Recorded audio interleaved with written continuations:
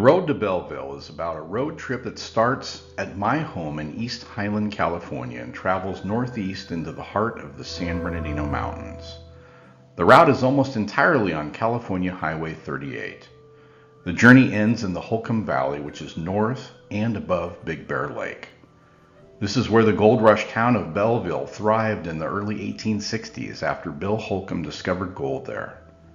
The trip is 60 miles long, and the history along the way travels back in time, more than 200 years. There are 13 historical stops on the road to Belleville, and they are marked out on this map.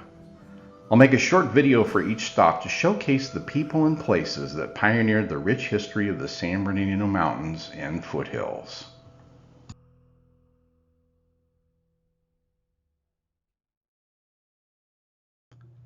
Peter Atticus Forsee. Stop 6 is about a lawyer, hunter, lawman, mountain man, and apple grower who homesteaded land in Mill Creek Canyon.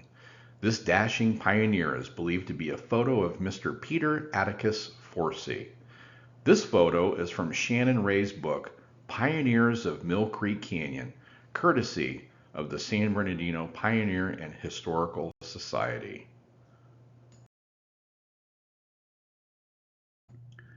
Stop 6 on the road to Belleville is only a mile past Stop 5, the Thurman story. The area is near the hamlet of today's Mountain Home Village in the heart of Mill Creek Canyon. Shannon Wray's book, Pioneers of Mill Creek Canyon, has been the most valuable resource of information and photos I've found for the Sylvanus, Thurman, and Peter Forsee stories. Shannon's book is a must for enjoying the rich history of our San Bernardino Mountains, especially Mill Creek Canyon. Stay tuned to the end of the video where there will be a link to purchase this book.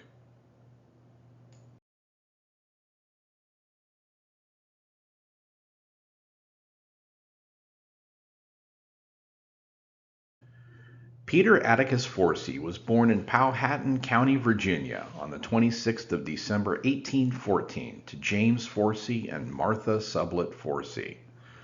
According to genealogy.com, Peter was the second child and that his parents had a total of 10 children.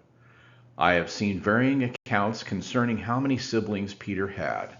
Peter's father was a lawyer and moved the family to Noblesville, Indiana in 1830. Peter also studied law at Hanover College about 120 miles south of Noblesville. Hanover College is on the banks of the Ohio River across from Kentucky.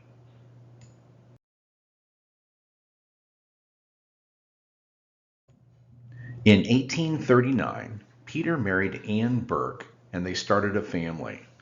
4 children were born to the couple. Fate stepped in and turned the family upside down.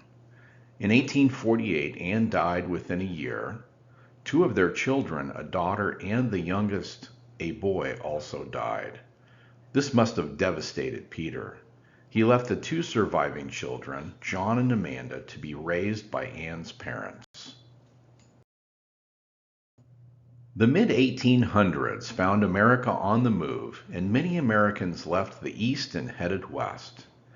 After leaving his 2 remaining children with his in-laws, Peter joined his parents and some siblings, heading west to the gold country of California.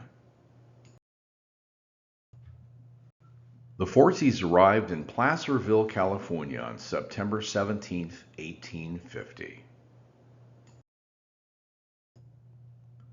According to Shannon Wray's book, it seems Peter didn't take to mining and became a prolific hunter of grizzly and black bears, as well as deer. Peter then took up being a lawman and served as deputy sheriff in Mendocino County. He even wrote a book about the notorious criminal named G.W. Strong, who was executed at the age of 23. His book is titled 5 Years of Crime in California. In 1867, Peter and some of his family, including his father, moved south to the San Bernardino Valley. Pioneers of Mill Creek Canyon tells about an incident that happened shortly after Peter arrived in the San Bernardino Valley.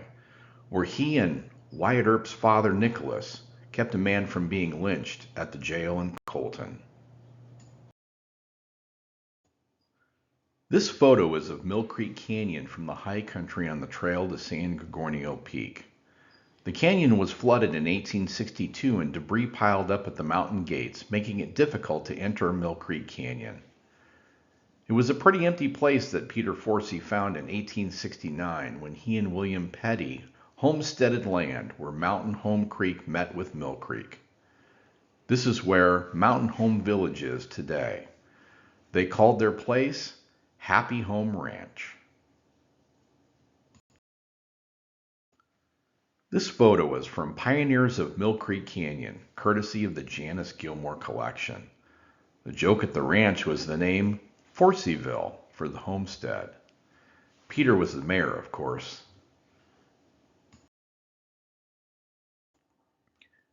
An apple orchard was planted at Forseeville, as well as other fruit trees. After a few years, William married and the ranch was divvied up. Peter continued to grow his apples to great acclaim.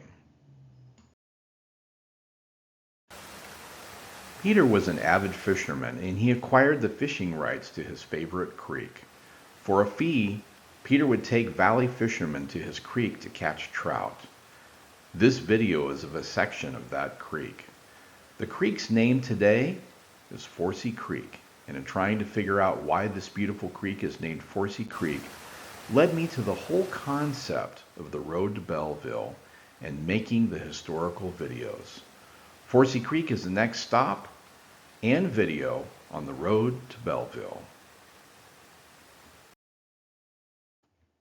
In 1877, the daughter that Peter left in Indiana came to his ranch with her new husband, Sylvanus Thurman.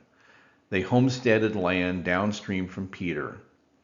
Mr. Thurman's story is stop 5 on the road to Belleville. In 1878, Peter married again in San Bernardino to Martha McKaney, a widow from Missouri with 5 children. Peter, the ex-lawman, seems unaware that her children included sons of the criminal persuasion. An article in the Riverside Press Enterprise by Kim Gerald Johnson tells how in 1879, the newly founded city of Riverside held their first citrus fair. All fruits and vegetables were welcome to be judged. Peter entered several varieties of his apples, and all received the distinction of First Premium. In October 1886, the Riverside Daily Press mentioned that Peter Forsee was in town from the mountains to sell his apples and cider. The paper wrote that Uncle Forsee's apples are just about as good as they grow them. It was also noted that Peter dropped off some of the choicest fruit for the Daily Press staff. In 1888, at the age of 73, Peter appears to have been spending more time in San Bernardino and less at his ranch in Forseeville. Maybe the marriage to Martha McKaney wasn't all he had hoped for. With Peter's health failing, he left for El Monte, where his sister Martha Van Tassel lived. According to genealogy.com, Martha was the 7th child in Peter's family, born in 1828. While staying at his sister's house, Peter died and was buried in the Pioneer Cemetery in El Monte, which is now known as Savannah Memorial Park. After I found the namesake of Forsee Creek in Shannon Wray's book, I searched for Peter's grave on findagrave.com. Peter died on November 24th, 1888, about a month short of his 74th birthday. Pioneers of Mill Creek Canyon explains that shortly before he died, Peter changed his will, leaving his estate to his son John, who was living in Missouri. John turned down the inheritance, and the court awarded Peter's estate to his wife Martha McKaney Forsee. A side view of Peter's tombstone shows that his sister Martha and probably brother-in-law are also buried there. under Peter's name is Alex C. Forsee. I cannot find the relationship of Alex to Peter so far, but he was born in 1841 and died in 1904.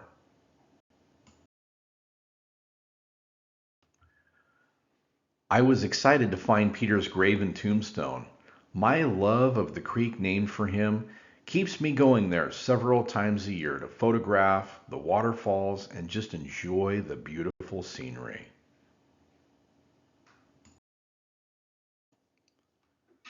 Peter Atticus Forsee, lawyer, printer, migrant settler, hunter, lawman, pioneer homesteader, fisherman, apple rancher.